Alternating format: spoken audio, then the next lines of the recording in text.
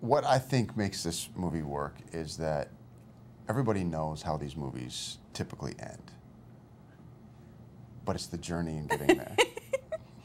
It really is whether or not this journey is believable. If this journey, is this journey believable or is it not? And I feel like because it's so grounded in reality and there's a real situation that happens that causes these two people's lives to come to a screeching halt, and you know, they're faced with the decision of whether or not they can handle this. Yeah.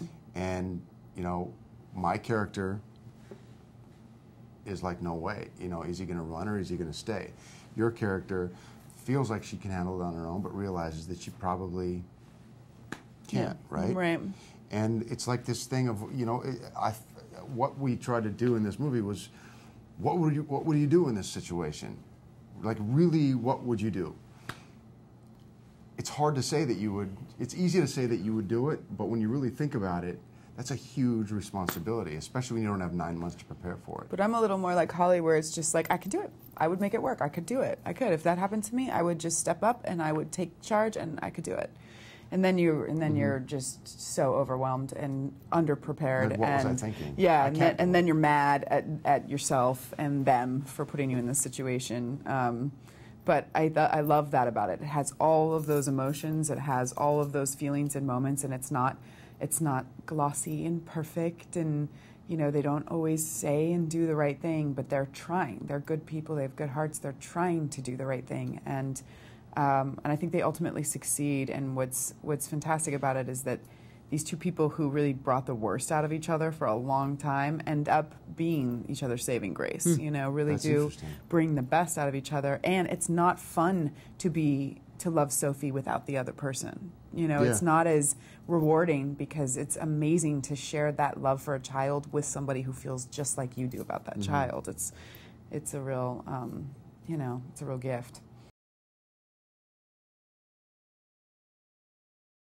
I was a big fan of The Parent Trap, and I remember one year they did one with real triplets that were identical, and they were like in their teens or something, and I was so blown away. I didn't think it existed. Triplets, identical? Identical triplets. These girls were identical triplets. It's like a crazy, natural occurrence that's freakish.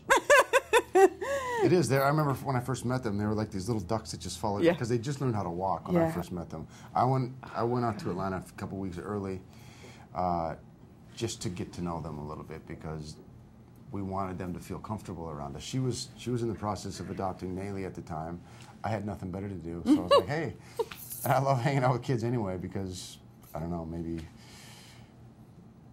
we have the same emotional intelligence, I'm not sure. But I had a real affinity for these kids, and we hit it off great. And, you know, you spend a few months with kids like this, and you grow attached to them. And it was so interesting, because each one of them, as much as they looked alike, I literally couldn't tell the difference for the first week that I knew them. Yeah, it took me a while. But their personalities were so different. And we found this out early on, that, okay, we need a crying scene, we take this one.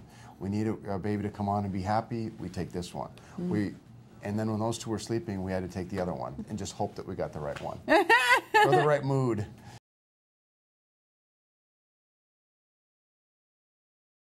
Well, he just was so prepared. The guy's very smart. He's a very good writer.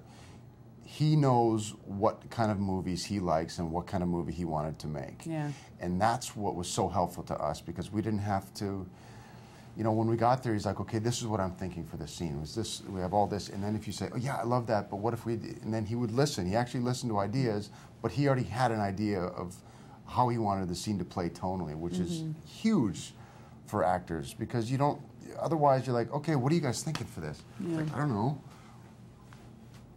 It just adds a whole other level of he had a plan, you know, of execution, plan. and he didn't shy away from any of the difficult aspects of the story or the tragedy, and he was super embracive of our ideas and totally up for any kind of improv or collaboration. But he was fantastic. I mean, he was really fantastic to work with, and just, you know, I mean, he takes this obviously very seriously, and he's super passionate about what he does and was passionate about this movie, but it wasn't to the point where you felt anxious around him or like No. he's high-strung or stressed No. out about it. He really worked super hard to maintain a cool, chill, fun set for everybody. I love him. I can't wait to work with him again.